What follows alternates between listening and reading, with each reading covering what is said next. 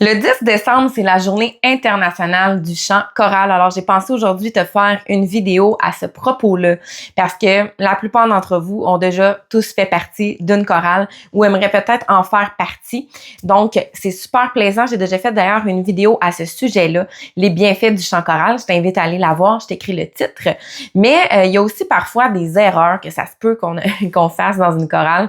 Et qu'est-ce qu'on peut faire pour les éviter? C'est ce dont je te parle aujourd'hui dans cette capsule vocale parce que le chant choral fait partie de ma vie depuis que je suis toute jeune. Donc, j'ai eu la piqûre en entrant à l'âge de 9 ans dans une chorale et depuis, ça m'a jamais quitté. J'ai toujours continué de chanter et je me suis toujours intéressée aux chorales, aux groupes vocaux et tout ça.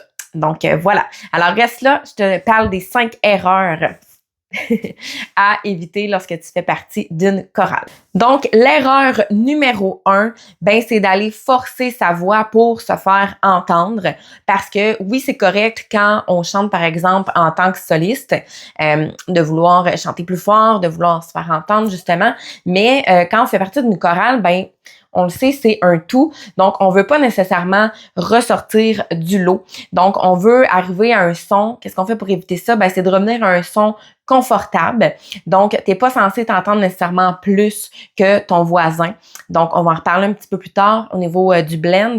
Mais on chante à un volume normal, à part si le chef d'orchestre, par exemple, va demander de chanter plus fort ou si c'est inscrit dans la partition. Mais sinon, t'as pas à essayer de chanter au-delà des autres, sauf si tu as un solo, par exemple, dans la chanson. Donc, le but, c'est pas d'être la star de la chorale, c'est vraiment de faire partie d'un tout. Si tu te sens en compétition, c'est probablement parce que tu pousses trop ta voix. Donc, c'est pas ça le but, c'est pas de se dire « Hey, je suis meilleure que l'autre, je vais chanter plus fort ». C'est vraiment pas ça le but. Alors, erreur à éviter, force pas ta voix, d'autant plus que tu risques de te blesser en voulant forcer.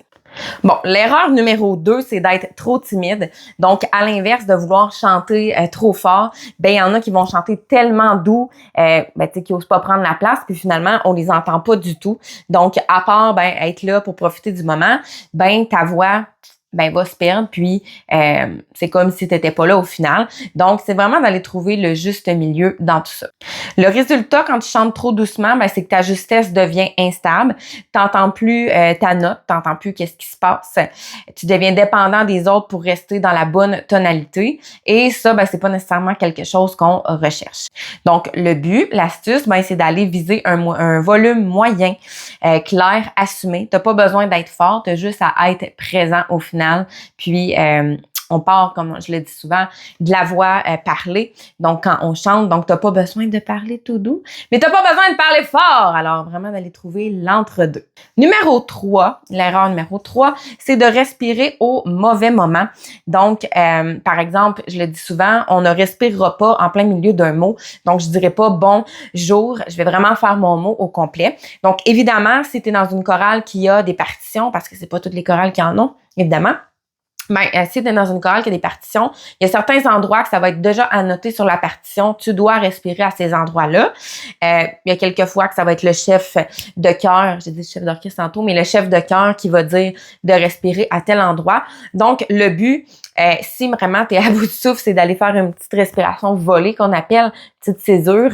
Donc, d'y aller vraiment subtilement avec une petite paille imaginaire ou même tranquillement avec le nez pour pas trop que ça paraisse parce qu'on ne veut pas couper le phrasé. Et évidemment, si on demande une respiration commune, on respire tous à la même place, si toi, tu respires à d'autres endroits où tu coupes des mots en deux, justement, ça va peut-être sortir un petit peu du lot. Bon, évidemment, si tu chantes dans un groupe vocal de 4 personnes versus une chorale où il y a 60 choristes, c'est sûr que ça sera pas la même game comme on dit, mais quand même, il y a des respirations souvent à aller respecter. Oui, tu dois respecter tes propres capacités pulmonaires, mais il y a quand même certains endroits à aller cibler au niveau de la respiration.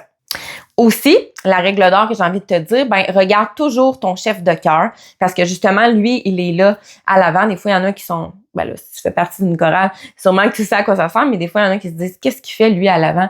Il fait quoi au juste? Il sort-tu vraiment quelque chose? Oui. Si tu as des notes longues à les tenir, il va te les indiquer. Si tu as des respirations à les faire, il va le faire. Donc, regarde toujours qu'est-ce qui se passe à l'avant. Oui, tu peux regarder tes paroles, tu peux regarder ta partition, mais le chef de chœur va être un bon indicatif de ce que tu as à faire en termes, par exemple, de nuances même ou en termes de rythme ou quoi que ce soit. Numéro 4, ben c'est de ne pas écouter les autres sections. Alors, quand je parle de sections, c'est souvent, tu vas avoir, par exemple, les sopranos, tu vas avoir les altos, tu vas avoir les ténors et tu vas avoir les basses. Généralement, c'est ça dans un chœur. Donc, si tu écoutes juste, par exemple, si tu es dans les altos et tu écoutes juste qu'est-ce qui se passe au niveau des altos, ben des fois, si tu regardes tes partitions, des fois, tu as juste ta partition à toi, mais des fois, tu as vraiment tout décrit, donc toutes les parties. Donc, parfois, ben, exemple, les bases vont faire un certain motif et toi, tu dois entrer après le motif des bases où tu dois marquer qu'est-ce qu'ils font pour justement aller entrer ta partie. Donc, si tu n'écoutes pas qu'est-ce qui se passe, ben, premièrement, tu risques d'avoir un manque de justesse parce que si on se concentre juste sur qu'est-ce qu'on fait, à un moment donné, ça fonctionne pas. Faut écouter qu'est-ce qui se passe aussi ailleurs. C'est en écoutant les autres que tu vas voir si ton time colle bien, si tu chantes trop fort et finalement si l'harmonie est équilibrée. Donc, petit exercice express, garde en tête que tu devrais écouter à peu près 60% des autres et 40% toi. Donc, un 50-50 pourrait peut-être faire l'affaire aussi, mais c'est très important d'écouter qu'est-ce qui se passe pour justement la justesse et voir si ça fonctionne avec tout le monde. Numéro 5, j'en ai parlé un petit peu tantôt, mais c'est sortir un timbre trop solo. Alors oui, non seulement on fait attention de ne pas chanter trop fort pour sortir du lot, mais on le sait quand on chante en solo, ben on peut se permettre, exemple, d'aller ajouter des effets ou je pourrais dire, ben là, je mets du vibrato dans cette phrase-là. Donc, on pourrait aller mettre un petit peu aussi d'effets de distorsion. Donc, c'est vraiment à notre guise, c'est nous qui choisissons, c'est notre interprétation. Mais quand on chante dans un chœur, ben comme je le disais tantôt, on a souvent une partition à respecter, mais si, exemple, j'ajoute du vibrato dans un mot, mais que les autres choristes ne le font pas, ben c'est certain que je vais sortir du lot et là, ça donnera pas une belle homogénéité finalement. Donc, en chorale, on veut un thème souple, rond et homogène. Si on change de thème selon l'émotion, par exemple, ou qu'on chante comme si on était sur scène en tant que soliste, ben ça ressort puis ça ressort pas dans le bon sens. Truc simple, c'est d'aller unifier les voyelles. Souvent, c'est ton chef de chœur qui va pouvoir aller te coacher à ce niveau-là. Donc, on va aller faire parfois des échauffements en début de cours ou avant un spectacle et c'est vraiment pour aller unifier le son pour que, par exemple, les bouches soient placées un peu plus de la même façon parce qu'on le sait, si je fais un A, je peux autant faire un A. Donc, il n'y a pas une façon de le faire pareil. Alors, souvent, le chef de chœur va aller guider à ce niveau-là. Donc, c'est important encore là d'écouter ses conseils et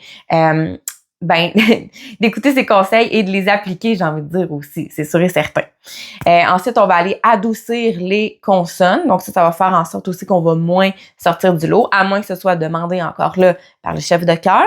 Et on va garder notre timbre stable du début jusqu'à la fin. Alors, garde les effets et tout ça pour toi quand tu chantes un solo, mais on va rester un peu plus straight quand on va chanter en chœur. Donc, finalement, si tu évites ces erreurs-là, ben non seulement tu vas mieux chanter dans ton chœur, mais tu vas aussi vivre l'expérience chorale d'une façon vraiment plus profonde et toi vas pouvoir en bénéficier, mais aussi tous tes collègues choristes qui chantent avec toi. Donc, n'hésite pas à aller t'abonner à ma chaîne YouTube, à aller activer la petite cloche pour ne rien manquer. Mon nom est Tricia Turcotte et je suis professeure de chant et coach vocal depuis 2012. Alors, je te souhaite une belle journée internationale du chant choral. N'hésite pas à me partager aussi en commentaire tes expériences dans un chœur parce que c'est pas nécessairement tout le monde qui a déjà eu des belles expériences, mais on peut vraiment aller chercher des belles choses, ressortir beaucoup de positifs aussi d'une chorale. Alors, je t'invite grandement à en faire partie. C'est différent des cours solo, mais ça peut vraiment t'apporter plein de belles choses. Donc, on se dit à très bientôt!